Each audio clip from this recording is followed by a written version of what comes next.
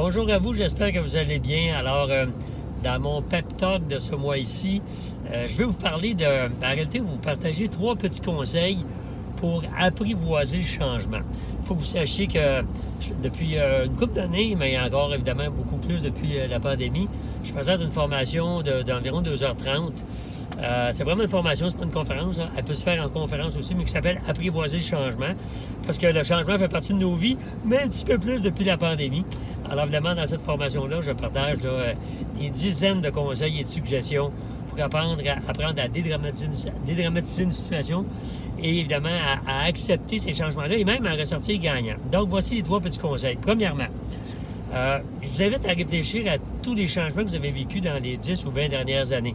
Que ce soit dans votre vie personnelle ou professionnelle, déménager, changer de travail, peut-être apprendre de nouvelles façons de travailler, un nouveau système informatique, déménagement, fusion d'entreprises, bref.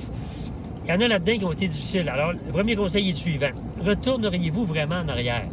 C'est-à-dire que lorsque vous abordez les changements et vous dites « Ah non, pas encore de quoi », je vous invite à penser à ceux que vous avez vécu dans les 10 ou 20 dernières années, même si certains d'entre eux ont été difficiles.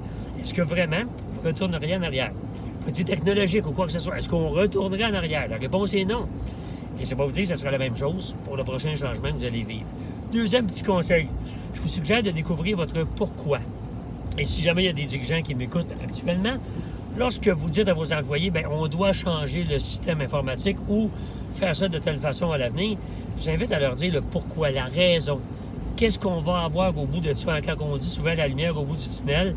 Alors, si ce n'est pas des dirigeants, puis c'est vous qui vous imposez un changement, à ce moment-là, c'est facile, vous le faites pour une raison. Mais si c'est d'autres types de changements que vous n'avez pas souhaité puis que ce n'est pas au travail, essayez de découvrir la raison. Qu'est-ce que vous allez gagner, pas la raison du changement, mais qu'est-ce que vous allez gagner après ce changement-là? Puis des fois, c'est pas facile à découvrir, mais il y a toujours quelque chose de meilleur qui vient se démontrer après un changement. Et le troisième petit truc, c'est de voir le changement comme une étape. C'est-à-dire que c'est vrai que lorsqu'on change de quoi, on en a pour quelques semaines, voire des mois, à s'ajuster, à s'adapter, à se tromper ou à être frustré dépendamment du changement. Au lieu de voir ça comme étant quelque chose de permanent, bien, de voir ça comme une étape. C'est-à-dire qu'il y a eu un moment de début et il y aura une fin. Souvent, dans un changement, on ne connaît pas la date de fin, mais il va en avoir une.